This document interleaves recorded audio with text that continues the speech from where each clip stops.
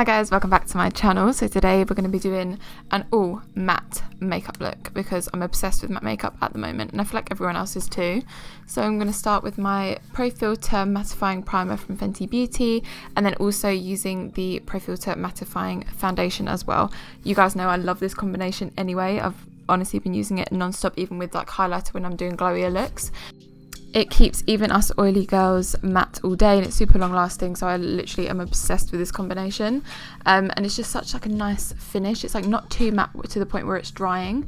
So I'm just blending that with my damp sponge from Morphe and I'm popping on some Tantour from Huda Beauty. If you haven't tried the Tantour, you are missing out. It's like the perfect colour where it's kind of that mid-range between like a nice kind of bronzy shade and a contour as well. And I'm just popping that on with like an iconic London brush and then I blend it out again with the sponge as well. I just find it's like the easiest way to make sure that you're actually placing all of the product exactly where you want it. And then I always do that before I go in with my concealer. So now I'm popping on some of the Born This Way concealer from Too Faced. It's really pigmented, this one, so actually you don't need too much at all, which is why I'm going a little bit kind of more reserved with it. And then I'm just blending out again with the damp sponge. Honestly, sponges are life. I'm getting back into them again.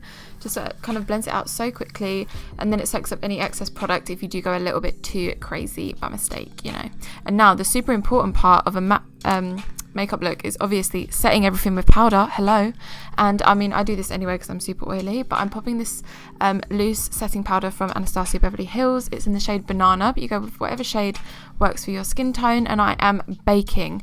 Now, if you are oily like me, you need to bake. I promise you, it will change your life.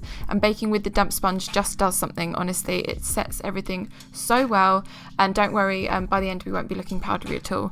But what I do is I'm baking, but I'm also taking a little bit of loose powder on that damp sponge and setting my entire face. So this will completely mattify everything. And then I'm going to go in with some Hoola bronzer from Benefit to bring life back to the face. This is just to go over all of the cream, contour and the Tantour and everything that we did, just to make sure it's looking nice and warm. And I'm just taking this Dose of Colours brush. I can't remember what it's called, but it's so soft. I literally am obsessed with their brushes. And I'm just taking that everywhere. And it's obviously a completely matte bronzer, so we don't want any shimmer. We are looking for a matte look today. And then I did contour my nose a little bit with the Tantour as well, so I'm just going over that and with the bronzer and taking it into the front portion of my brow. And then I've probably been baking maybe for like, I don't know, like 3 to 5 minutes maybe, and I'm just wiping all of that away. And then what I do, if I really want to keep everything super matte and quite natural looking as well, as I'll take some foundation powder. So this is the Studio Fix foundation powder in NC20 from MAC, which is my absolute favourite. This is what I use as my kind of day-to-day foundation anyway. So I just go over everything and it kind of blends everything really nicely, and obviously make sure that everything is super matte. And then I'm just taking this Hourglass Ambient Light powder. I can't remember exactly, I'll link it in the bottom bar below. And it gives like almost like a mattifying glow, if that makes sense, like a matte glow. I don't know if that even makes sense, but it just gives like a little bit of something to the face without being super highlighted. And then obviously in the middle I'm just going to add a little bit of setting spray. It's just the Morphe Continuous Setting Mist, just to make sure that we're not looking too powdery at this point. And then I'm going in with the Feeling Peachy blush from HMB Cosmetics. Oh, this is my favourite blush ever. Again, this is a completely matte blush, because normally I go with something with a little bit of shimmer, but this time, no. And I put plenty of that on because it's cute. And then moving on to the eyes, again, we're going to keep everything matte. I'm going in with my Soft Glam palette from Anastasia Beverly Hills and taking Burnt Orange, and I think I use a bit of orange soda as well, mix that into my crease. And then taking the Unreasy palette, also from Anastasia Beverly Hills, I'm taking the shade OG and using the same fluffy brush from Zoeva, popping that into the crease. Nothing too difficult, just literally little windscreen wiper motions, little circular motions, just what we would normally do, just to kind of blend that into the crease nicely. I did just want to deepen that up slightly, so I'm taking 1988, which is the deeper brown shade from the Unreasy palette, and I'm just popping that mainly in the outer corner and blending that up as well. I kind of chop and change between two blending brushes, kind of popping on the darker shade and then going in with the big fluffy brush just to kind of blend all of that out. And so it's like seamlessly blending up into that crease area. And oh, I just love a blown out kind of smoky look. It's so pretty. And then going into the Copper Spice palette from Morphe, I'm taking this light matte cream shade and I'm popping that onto my lid and almost kind of cutting the lid a little bit just with the cream shade. I didn't bother doing concealer or anything like that. I just wanted to keep it less defined, and I really love how soft and beautiful it looked in the end.